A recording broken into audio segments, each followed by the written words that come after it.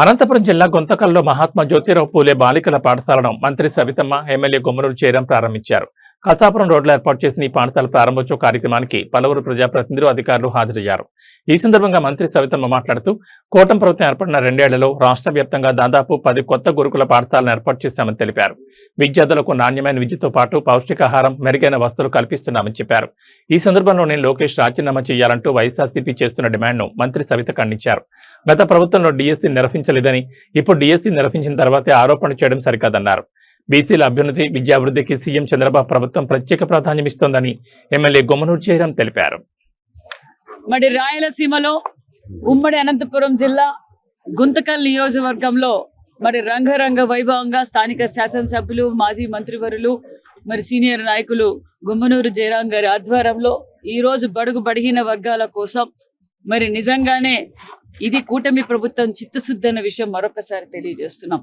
గత అసెంబ్లీ సెక్షన్లో మరి గుమ్మనూరు జయరాం గారు, అమ్మ మా నియోజకవర్గంలో బడుగు బడిగిన వర్గాల పిల్లలు ఎక్కువగా ఉన్నారు, మాకు ఎంజేపీ గురుకుల పాఠశాల కావాలని కోరడం, అది ముఖ్యమంత్రి గారి దృష్టికి తీసుకెళ్లటం, ముఖ్యమంత్రి గారు మరి విద్యాశాఖ మంత్రి గారు కూడా మరి ఈ ఉమ్మడి అనంతపురం జిల్లాలో బడుగు బడిగిన వర్గాలు ఎక్కువ, అందులో గుంతకల్లులో మరీ ఎక్కువగా ఉన్నారు, మరి ఖచ్చితంగా మరి ఎంజేపీ గురుకుల పాఠశాలలు శాంక్షన్ చేయాలని ఆదేశించటం, మరి ఫీజు రిపోర్ట్ కూడా తీసుకుంటే ఇక్కడ చాలా మంది బడుగు బడిగిన వర్గాల పిల్లలు మరి ఒక మంచి ఎంజేపీ గురుకుల పాఠశాల కావాలా అని కోరిక మేరకు ఈరోజు శాంక్షన్ చేయడం కూడా జరిగింది. అంటే కూటమి ప్రభుత్వానికి ఉన్న చిత్తశుద్ధి అనే విషయం కూడా తెలియజేస్తున్నాం. ఎందుకంటే మరి ఎంజేపీ గురుకుల పాఠశాలలో చదవటానికి విద్యార్థులు మరి ఒక పక్క తల్లిదండ్రులు కూడా అడ్మిషన్ టైంలో విపరీతమైన ప్రెజర్, మరి ముఖ్యంగా మన రాయలసీమలో మరి ఎక్కువగా మరి వెనుకబడిన తరగతుల పిల్లలు ఇబ్బంది పడుతున్నారని ముఖ్యమంత్రి గారి దృష్టికి తీసుకెళ్లాం. ఎంజేపీ గురుకుల పాఠశాలలు మరి 20 కావాలి మాకు ఇమీడియట్ గా అంటే 10 గురుకుల పాఠశాలలు శాంక్షన్ చేసిన ఘనత ముఖ్యమంత్రి చంద్రబాబు నాయుడు గారు అనే విషయం తెలియజేస్తున్నాం. రాయలసీమలో 5, మరి ఉత్తరాంధ్రలో 5, మరి ఈసారిగా మరి 10 గురుకుల పాఠశాలలు. గతంలో కూడా గురుకుల పాఠశాలలు మొదలుపెట్టిందే అన్న నందమూరి తారక రామారావు గారు అనే విషయం తెలియజేస్తున్నాం. అంటే ఈ రాష్ట్రానికి బడుగు బడిగిన వర్గాలను ఓటేయించుకున్న వారు చాలా మంది చూసాం. ఈ రాష్ట్రానికి బడుగు బడిగిన వర్గాలంటే బ్యాక్వర్డ్ కాదు, ఈ రాష్ట్రానికి బ్యాక్ బోన్ గా తయారు కావాలంటే వాళ్ళకి నాణ్యతమైన విద్య, మరి విద్యాన్ని పునాదులు వేయాలని గొప్ప సంకల్పంతో అన్న నందమూరి తారక రామారావు గారు మొదలు పెడితే మరి గతంలో 14-19లో కూడా గురుకుల పాఠశాలలు 75 గురుకుల పాఠశాలలు శాంక్షన్ చేసిన ఘనత బీసీల పక్షపాతి చంద్రబాబు నాయుడు గారు అనే విషయం తెలియజేస్తున్నాం. మరి 14-16 తెలుగుదేశం ప్రభుత్వంలోనే మరి బిల్డింగ్ కూడా శాంక్షన్ చేయడం కూడా జరిగిందన్న విషయం తెలియజేస్తున్నాం. మరి 19-24లో నా బడుగు బడిగిన వర్గాలు నాను బీసీ బిడ్డలందరికీ మరి బడుగు బడిగిన వర్గాల పిల్లలందరికీ నేను మేనమామని చెప్పి ఓటేయించుకున్న వారు ఇలాంటి బిల్డింగులు కూడా అంటే 70-80% అయిపోయిన బిల్డింగులు గాలి కొదిలేశారన్న విషయం కూడా మరొక్కసారి మీకు అందరికీ తెలియజేస్తున్నాం. మళ్ళీ కూటమి ప్రభుత్వం అధికారంలోకి వచ్చింది. కూటమి ప్రభుత్వంలో అధికారంలో సంపూర్ణ మెజార్టీతో ఏదైతే బీసీ బిడ్డలకు నాణ్యతమైన విద్య అందజేయాలనే ఉద్దేశంతో రాష్ట్ర వ్యాప్తంగా ఇలా మధ్యలో ఆగిపోయిన బిల్డింగులన్నీ ఒక పక్క మడక్సిరా కావచ్చు, గోనిపావు కావచ్చు, రొద్దం కావచ్చు, పులివెందల కావచ్చు, పులివెందల్లో కూడా ఇలాగే గాలి కొదిలేస్తే మరి ఆ బిల్డింగులు కూడా ఇలా పూర్తి చేసి ఈరోజు బీసీ బిడ్డలకు అంకితం చేస్తున్నామన్న విషయం కూడా తెలియజేస్తున్నాం.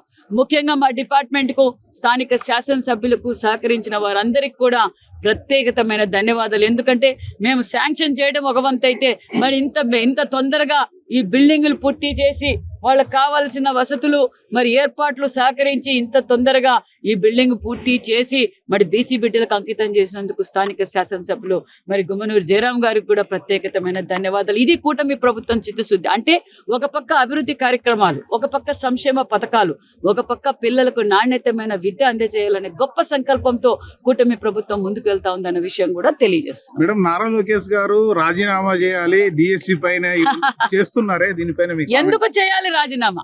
మిమ్మల్ని అడుగుతున్నాం. మేము ఎందుకు రాజీనామా చేయాలి? యువగణం అధినేత నారా లోకేష్ బాబు గారు డిఎస్సిలో అక్రమాలు జరిగాయి. డిఎస్సిలో అక్రమాలు, డిఎస్సి తెలుగుదేశం ప్రభుత్వానికి కొత్త కాదు.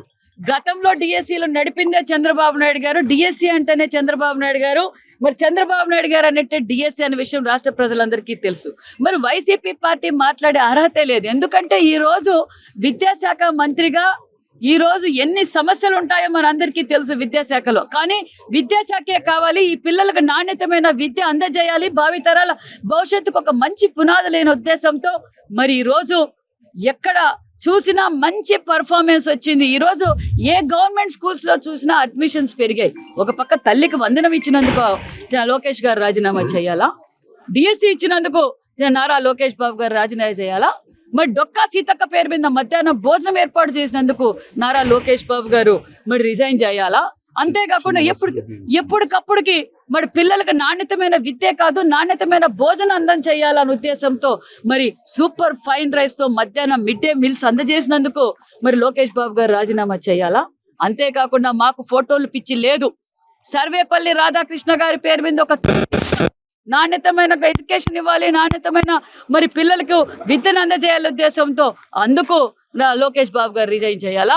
మరి 5 సంవత్సరాలుగా జాబ్ క్యాలెండర్ ఇదిగో పులి అదిగో పులి అని చెప్పి తల్లిదండ్రులకు ఒక పక్క, విద్యార్థులకు ఒక పక్క, విద్యార్థులు ఎంతో మంది విద్యార్థులు మనోవేదతో మెంటల్ గా కూడా డిస్టర్బ్ అయ్యారు. మరి అప్పుడు కనపడలేదా జగన్మోహన్ రెడ్డి గారికి?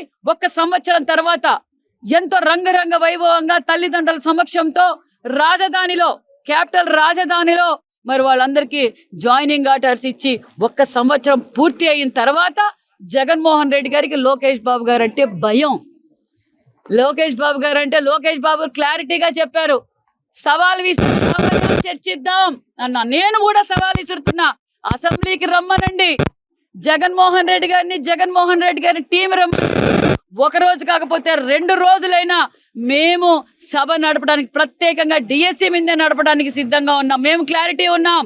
ఈ రోజు కొండారెడ్డి బురుజెక్కారు, రేపు తాడేపల్లి ప్యాలెస్ కూడా ముట్టడిస్తారు జగన్మోహన్ రెడ్డి గారు. ఎందుకంటే వాళ్ళ ఆత్మగౌరవం పైన, వాళ్ళ ప్రతిభ పైన, వాళ్ళ కష్టం పైన మీరు వాళ్ళతో మరి చెలగాటమాడుతున్నారు. వాళ్ళు కూడా క్లారిటీగా చెప్పారు, మేము కష్టం మీద మేము ఈరోజు సెలెక్ట్ అయ్యాం, ఎక్కడ తప్పిదాలు జరగలేదని క్లారిటీగా డిఎస్సిలో క్వాలిఫై అయిన స్టూడెంట్స్ నీకు చేతనైతే సలహా ఇవ్వు, అంతే తప్ప ఇలాంటి చిల్లర రాజకీయాలు, శవ రాజకీయాలు చేస్తే ప్రజలు క్లారిటీగా ఉన్నారని. ఎందుకంటే బడుగు బలహీన వర్గాలు ఎంతో మంది నిరుపేదలు కూడా చదువుకునే వాళ్ళకి చాలా ఇబ్బందికరంగా ఉంటే నాణ్యమైన చదువులు నేర్పిస్తామని చెప్పిన విధంగా ఈరోజు చదువులకి ఎంత ప్రాధాన్యత అనేది మనం చూసాం. మొన్ననే తల్లికి వందనం అనేది అద్భుతంగా ఎంతమంది పిల్లలు ఉన్నా కూడా అంతమందికి చదువులు నేర్పించేదానికి తల్లికి వందనం ఇస్తూ, అదే చదువులు నేర్పించేది కాకుండా ఉద్యోగాలు కూడా 16,000 ఉద్యోగాల అవకాశాలు కల్పించి టీచర్ ఉద్యోగాలని మంచి నాణ్యమైన చదువులు నేర్పించాలని ఒక మంచి ఉద్దేశంతో మా ప్రభుత్వం ముందుకు తీసుకువెళ్తుంది. ఇది చెప్పాలంటే గత 2016లోనే శంకుస్థాపన చేసి ఆ రోజు స్టార్ట్ అయిన బిల్డింగ్ మొదలనే మొన్న వైఎస్ఆర్ ప్రభుత్వం వచ్చిన తర్వాత ఏ మాత్రం కూడా అభివృద్ధికి నోచుకోలేని పరిస్థితిలో మరి మన ప్రభుత్వం వచ్చిన తర్వాత 2024లో మరి ఆ రోజుల్లో మన ప్రభుత్వం 2014-19లో 6 కోట్ల రూపాయలు శాంక్షన్ చేస్తే అది ఆటికే తటస్థంగా ఉండిపోయిన తర్వాత ఇప్పుడు మరి 12 కోట్ల రూపాయలు శాంక్షన్ చేసి ఇలాంటి అభివృద్ధి బిల్డింగ్ ఇవ్వడం చాలా అదృష్టంగా భావిస్తున్నాం.